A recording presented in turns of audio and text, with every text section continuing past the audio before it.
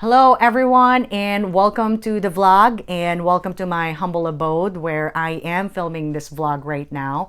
And welcome to the Read With Me segment. And today, my chosen book to read with you guys is none other than my favorite author, writer, spiritual teacher, Mr. Eckhart Tolle. And this is his book titled A New Earth. Without further delay, I'm going to go on and start reading. And I chose to read chapter 4, titled Role Playing the Many Faces of the Ego. An ego that wants something from another, and what ego doesn't, will usually play some kind of role to get its needs met. Be they material gain, a sense of power, superiority, or specialness, or some kind of gratification, be it physical or psychological. Usually, people are completely unaware of the roles they play. They are those roles. Some roles are subtle, others are blatantly obvious, except to the person playing it. Some roles are designed simply to get attention from others. The ego thrives on others' attention, which is, after all, a form of psychic energy. The ego doesn't know that the source of all energy is within you, so it seeks it outside. It is not that the formless attention, which is presence, that the ego seeks, but attention in some form, such as recognition, praise, admiration, or just to be noticed in some way, to have its existence acknowledged. A shy person who is afraid of the attention of others is not free of ego, but has an ambivalent ego that both wants and fears attention from others. The fear is that the attention may take the form of disapproval or criticism. That is to say, something that diminishes the sense of self rather than enhances it. So the shy person's fear of attention is greater than his or her need of attention.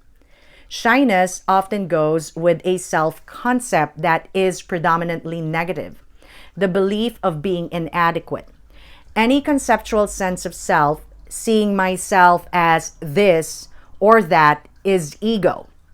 Whether predominantly positive, which I am the greatest, or negative, I am no good, behind every positive self-concept is the hidden fear of not being good enough.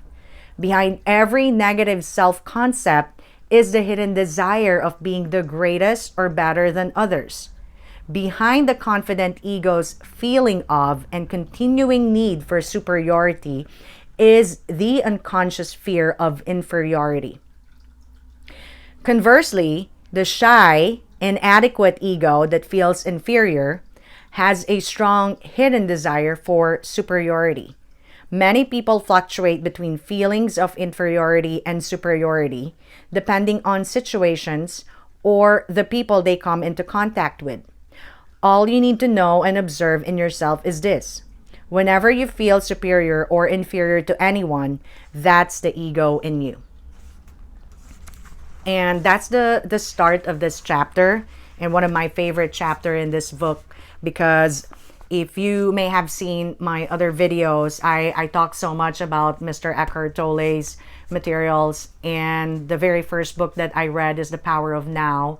And that's when I became not just familiar, but have known this truth that, basically that we are not our thoughts. And it's where I really started knowing about ego, our false sense of identity.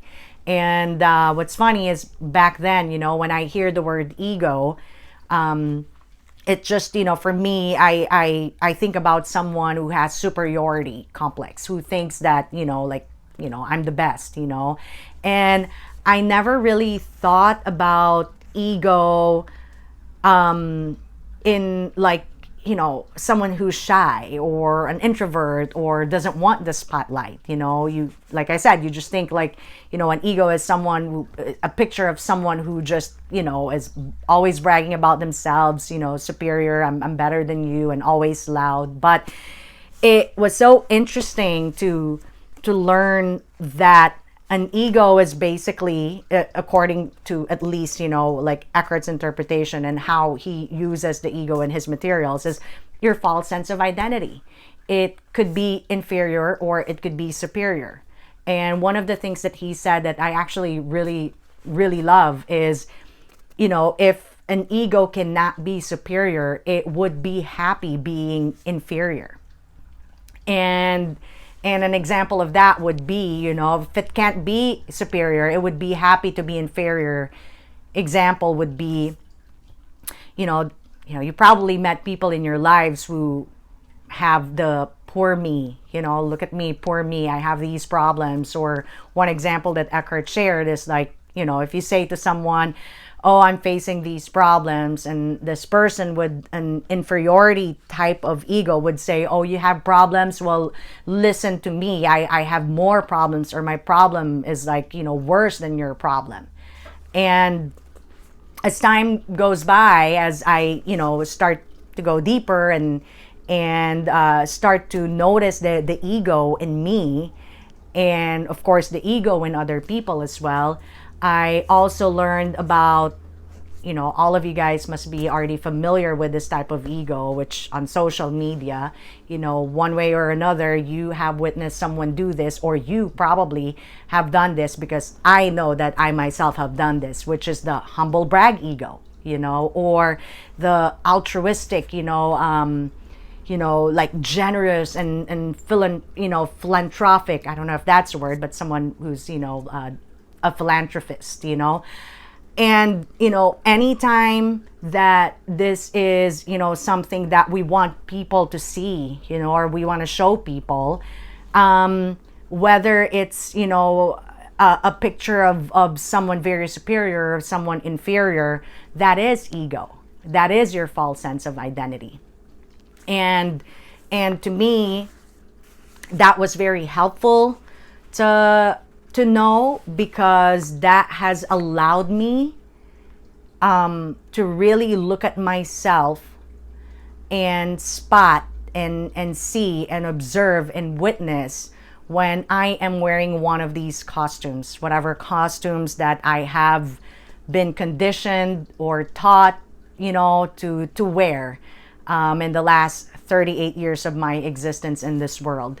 And why is it important to observe this within yourself? It's because if we're always role playing, it will be very challenging to connect with our fellow human beings, not just on a deeper level, but also to create an authentic and genuine connection with people. And again, that's something, that's a realization that I, have gained as, when I read that chapter in this book. Another example of role playing is, like I said, you can observe in yourself, how do you talk or how do you present yourself when you're talking to a server at a restaurant? And then how you also talk to your boss, or if the owner of the company came to visit, you know that you talk different, and you would even try your very best to wear the best clothes, and probably even stand straight and try to be prim and proper, right? And of course, when you get home in front of your husband, you also have a different personality or a different costume. When you're talking to your kids, the teachers, right? And this is true. And when we're also connecting with our co-workers, and I'm not saying that we completely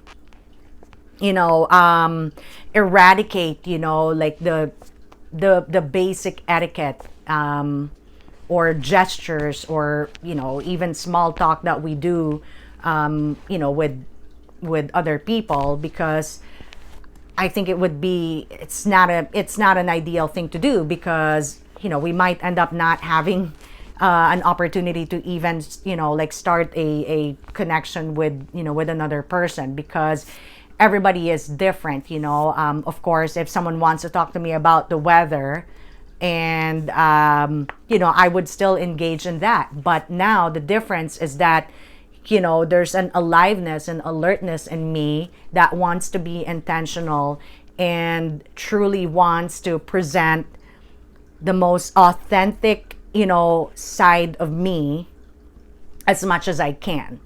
Because I'm not perfect. It's not like I have achieved a certain level of authenticity. Like I said, it's even Eckhart Tolle mentioned this. It's not like, okay, like anyone I sense who's just role playing, I'm not going to talk to you anymore, because that is also me, like creating another concept of me being superior to another person. So that again is ego.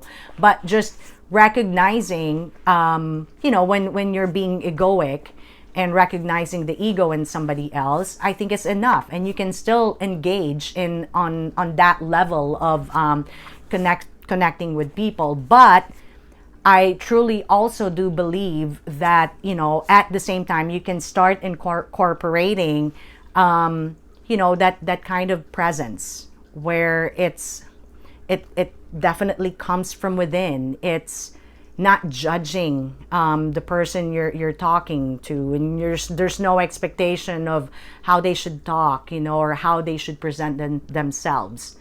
And that energy that you send out, and you, of course, if you try your best to have the most authentic like conversation you can have, and most sincere with people, I think eventually it would be a snowball effect. I think it will pay off, and you will start seeing people wanting to connect with you on that level as well.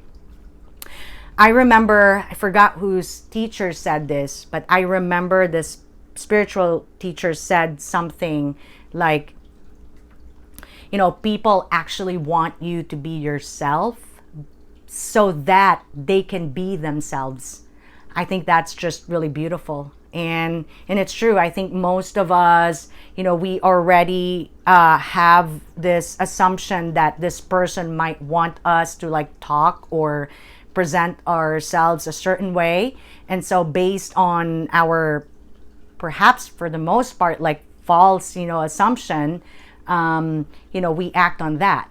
And that's why I think it was Eckhart Tolle who shared this. Like, that's why, I guess whenever you are in the presence of animals, it's, you feel light, you feel yourself, because when you encounter a cat or a dog, they're not judging you, And so I think that's kind of like the same wisdom there, that, if people come in contact with you and it's just, there's no judgment, and you have opened a space, and, you're radiating this type of energy where that person is, just enveloped with that energy of like, you can be yourself. I think that person will sense it. It's not guaranteed, because you can't control the other person's ego.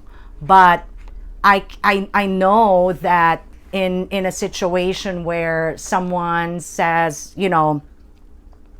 enters the room and wants to immediately show you that, he or she wants to be in control, right? And it's kind of like testing how you will react, you can choose to radiate an energy of softness and gentleness, and like I said, it may not necessarily guarantee, but I've seen this work where the person totally felt that energy, that you are not role playing or gonna play the drama, and eventually whatever aggressive energy that person has starts to fizzle down.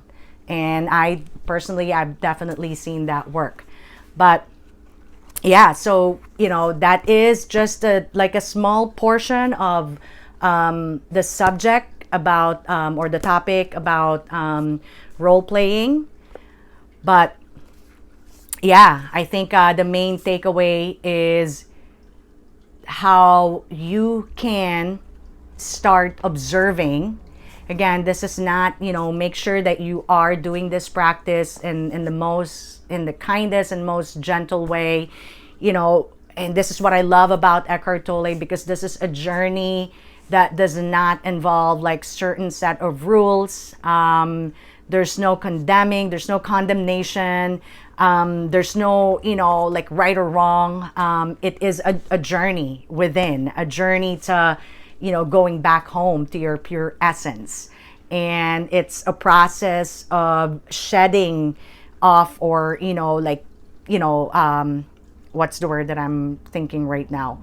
It's like, my analogy is like you have all these costumes that you wear before you head out the house, and you wear different costumes, depends on different, people you are, engaging with. And this is an opportunity for you to start letting go of these costumes, these layers of personhood, these layers of egos, these different roles that you're playing, so that eventually you will get to a point wherein it's just you, that that pure essence of who you are, which is comprises of like love and joy and peace and kindness, and without all the fuss, without all the costumes.